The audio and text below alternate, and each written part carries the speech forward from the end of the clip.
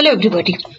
So last video lessons we have seen that if interest is compounded on an annual basis, then how it is getting calculated. So in our last example, you have come to me to borrow 10,000 and at the rate of 12% where interest is charged annually. Now imagine I am charging you interest on a 6 monthly basis. Yeah. So what would be the case? Interest is charged on a 6 monthly rest. Okay, 6 monthly means every 6 months interest would be charged. So you have taken me 6 months, first 6 months. Let me write clearly. First 6 months. So originally you have taken me beginning of the 6 months 10,000 rupees. I am charging you interest 12%, right? So 12% for 6 months. So 6 by 12, interest would be 600. So at the end of the 6 months, if you can pay me back, good. Else, at the end of first half of the year, the amount become 10,600. Unfortunately, you could not collect the money to pay me back. So I said, fine. Now, second 6 months. So when it is starting, let's say you borrowed money in the month of January. So in the month of June end, this is the state. So from July onwards, principal would be 10,600. That is all about compounding. So now this has become the new principal for the second 6 months. So I would be charging interest at the rate of 12% for these 6 months. So interest would be this. So at the end of 1 year, you have to pay me at the end of the 1 year. You have to pay me 11,236. Imagine interest is charged on a quarterly rest. So first quarter, Jan, Feb, March, 3 months. So mind that interest rate per annum is same. What is changing? Changing the interval of the compounding factor. That is changing. So 10,000 into 12%. Sorry. 10,000 into 12% into first quarter, meaning 3 months. 3 months by 12 months or 1 by 4. So after first quarter, interest would be this. So at the end of the first quarter, this is the amount. You could not pay me. I said fine. So from second quarter, this will become the principal. So from April, May, June, the interest to be charged on 10,300 at the rate of 12% again for 3 months. Why 3 months? Because in this example, I am charging interest on quarterly basis. So interest is getting compounded on quarterly basis. So interest is this much. So at the end of second quarter,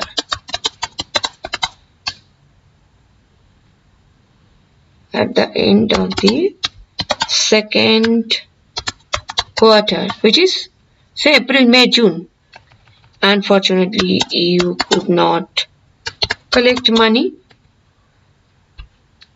From third quarter onwards, July, August, September, this is new principal.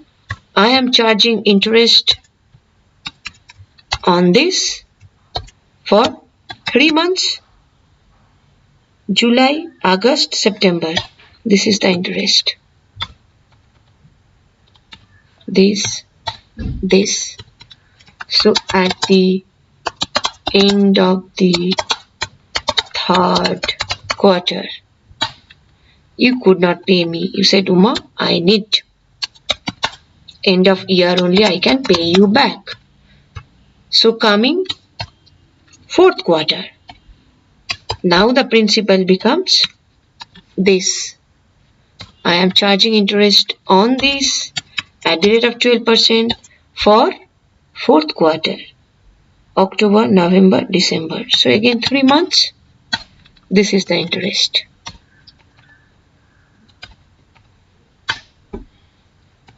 So at the end of the fourth quarter or end of the year, can you see the difference? When interest is charged annual interval, you have to pay me back only 11,200. When interest is charged 6 monthly rest, you have to pay me more than that, 11,236. When interest charged on a quarterly basis, you have to pay me 11,255. It's more than that. So the more interest, more number of times interest is getting compounded, you have to pay me more. So in other words, the amount of interest will become more and more. So if we try to generalize this through formula, it would be amount, it is P is the original principal amount. If interest is charged, say 6 monthly, P into 1 plus interest rate per annum divided by number of compounding. M is number of compounding, meaning if interest is charged 6 monthly basis, number of compounding is 2. So interest rate to be divided by 2 to the power n number of years into number of compounding in a year. So in our example, when I am charging interest 6 monthly basis, so 0.12 divided by 2, which exactly we have done, into, in this case year, only 1 year, so n equals to 1, m number of compounding, in case of 6 months, number of compounding is 2. So 1 to 2. In case of quarterly compounding, what will happen?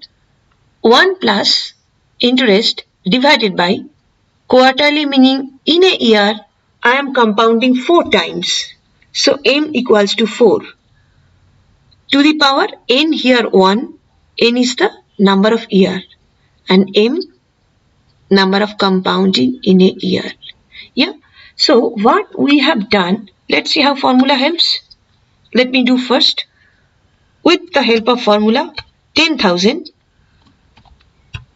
1 plus 0.12 divided by number of compounding, in case of 6 months, number of compounding 2, to the power year into number of compounding. Show you, so let me not put that formula. So now 0.12 divided by 2, so plus 1 plus 0.06, this 1.06 to the power 2, this is to be multiplied into 10,000. So I am getting 11,236 by using the formula. You try on your own, you will get the same. I have kept the formula in order to understand clearly. So we are getting that. Let me show you how it comes quarterly. Quarterly, what will happen? I do not want to put as a formula, so putting this. Quarterly is happening 10,000 into 1 plus 0.12 divided by number of compounding. Quarterly number of compounding 4. to the power 1 year into number of compounding. Now formula I am doing here, plus 0.12 by 4 plus 1 plus 0.03 plus 1.03 to the power 4, 10,000 into. So quarterly we have calculated manually this, with formula is coming exactly this. Clear?